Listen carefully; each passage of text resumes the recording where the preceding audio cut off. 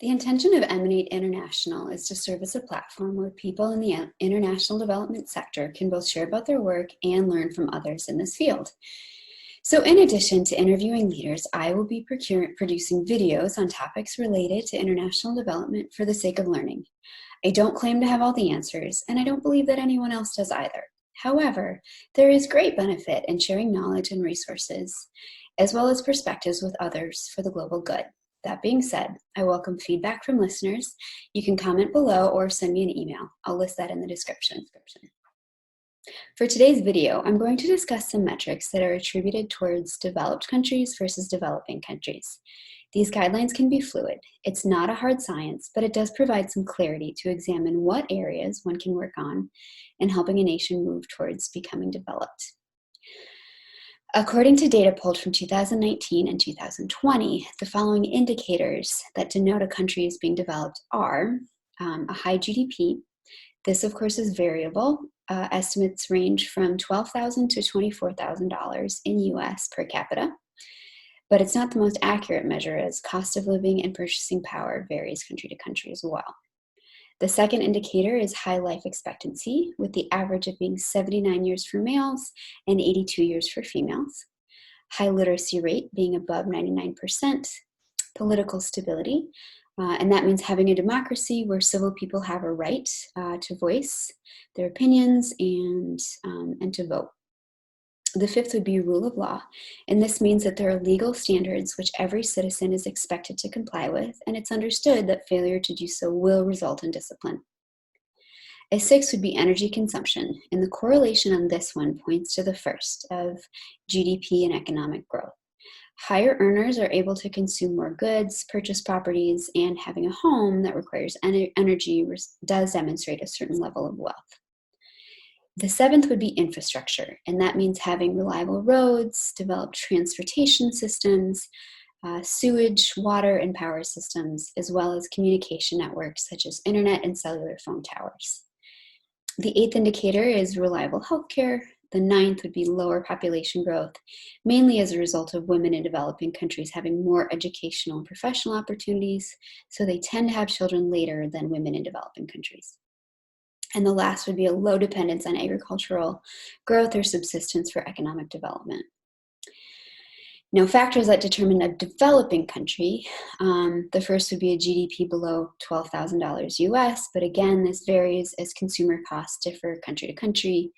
The second being a lower life expectancy rate, and the average is 79 for males and 73 for females. Literacy rate below 99%. In the developing world, the average is about 70%. A fourth indicator is political unrest, and the fifth would be rule of man. And what that means is that there's no law enforcement, or no standard for law, so people take matters into their own hands based on their own perception of what is right or fair. The sixth indicator would be that the economy is highly developed on agricultural subsistence farming, and that typically only procures enough for families to provide for their day-to-day needs and very little to be able to save or invest for the future. The seventh would be little to no infrastructure, so lack of access to reliable roads, communications towers, sewage and water systems. An eighth indicator would be a lack of access to reliable healthcare, and 9 would be high population growth. And again, this in developing countries is mainly due to the fact that women are often less educated, and so they begin having children at younger ages. And the last would be a lack of technical advancement opportunities for innovation. So all of the above metrics were primarily economic and quantitative. However, the UN and other leading researchers like the World Bank have recognized that economic outputs and consumption are not the most accurate indicators for human development. So for that reason, the UN developed another measurement called the Human Development Index, which doesn't focus merely on human productivity, but also factors in how revenue is invested into human development opportunities, such as education, equality, healthcare, and such. HDI examines metrics such as child mortality rate at birth, access to quality and free education, years spent in school, and how said education has been used in the workforce.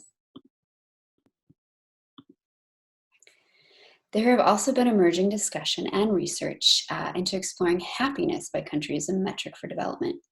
Variables for the World Happiness Report are GNP per capita as it relates to purchasing power parity, social support, healthy life expectancy, freedom to make one's own decisions in life, and generosity, and that's measured by monthly donations to a charity, as well as absence of corruption.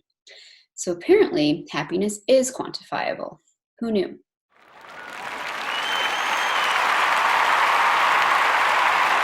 Okay. In all seriousness, the World Happiness Report, like all other indicators, is a metric that helps us determine where a nation is in its progress towards development. Indeed, this data is fluid. There are several factors that come into play when discerning what makes a country developed. Additionally, we can't say that all developed countries meet every indicator. For example, reliable healthcare is one, but for many Americans, having access to healthcare is not a reality due to the sheer cost. So I wonder what the happiness report is for uninsured Americans. Okay, I won't go down that rabbit hole. But let's take China, for example. It is considered an emerging economy that certainly has taken center stage in recent decades. In fact, in 1978, their economy was less than 150 billion in US dollars. But by 2018, its economy grew to over 13.6 trillion. Looking at GDP, it was reported at $165 per capita in 1978 and greatly increased to $9,771 per capita by 2018, which is quite a tremendous growth, yet was still much lower than the US's average GDP in 2018, which was just shy of $60,000. Additionally, their poverty rate is now below 1% today, which is fantastic progress when compared with the 66% reported poverty rate in 1990. China has one of the highest energy consumption rates in the world, and efforts to increase transportation infrastructure are in motion, no pun intended, with a promised investment of $1 trillion in the coming years.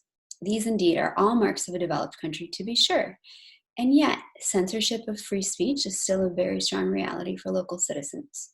Their average life expectancy is approximately 77.6 years, which is just shy of the indicators for a developed country, which states an average of 79 years. And their literacy rate for citizens ages 15 and above is 96.8%. So again, just a bit short of the standard to be considered developed. For 2020, China was ranked 85th on the Human Development Indicators out of 189 countries. And that being said, it is considered to be a hybrid superpower or an emerging global superpower, since it has many aspects of both developed and developing nations. Like I said earlier, these indicators are a guide to discern which nations can be qualified as developed or developing. Every year, the numbers shift in areas such as inflation, increase in life expectancy, increase in technological advancements, and such. As our world becomes more innovative in areas such as technology, education, and healthcare, the metrics will evolve across the globe. Countries are not static, and in my optimistic opinion, I think that all have the potential to become developed. For example, here's a description of a country that used to be what would be considered underdeveloped by today's standards. Try and guess which country I'm about to describe. In this country, the average life expectancy was 45 years old. Infant mortality was 200 deaths per every 1,000 births. Less than 5% of people had indoor plumbing, and approximately 52% of their income was spent on food. What's more, corruption was rampant and the government offered little support. So which country do you think this is? Seriously, take a guess. You might be surprised. It's the United States in the 19th century. Yes. In the 1800s, the United States was a new burgeoning nation. Settlers had very little in terms of material possessions, education, and the government was just starting to become established. So why might I share this fact? Well, I think it's a powerful example of the potential for a nation to move from developing to being considered developed. And what's more astounding is that the US did not receive aid from other countries. They had to build from the ground up. Of course, the early pilgrims did have some advantages, such as some education and experience learned from living under British rule. And of course, history matters. Every country comes with its own history and culture, and that does play into its progress towards development. So in conclusion, That, in a very tiny nutshell, is an overview of the indicators that demonstrate whether a country is considered developed or developing. As I said in the beginning of this video, I do not claim to be an expert in all of this, so if anyone listening has insights, please share what you know in the comments below or send me an email. And for anyone interested in reading more about anything that I discussed in this video, I will also list my resources below. And last but certainly not least, don't forget to subscribe and hit the notification bell to be informed for future discussions like this one. Thank you.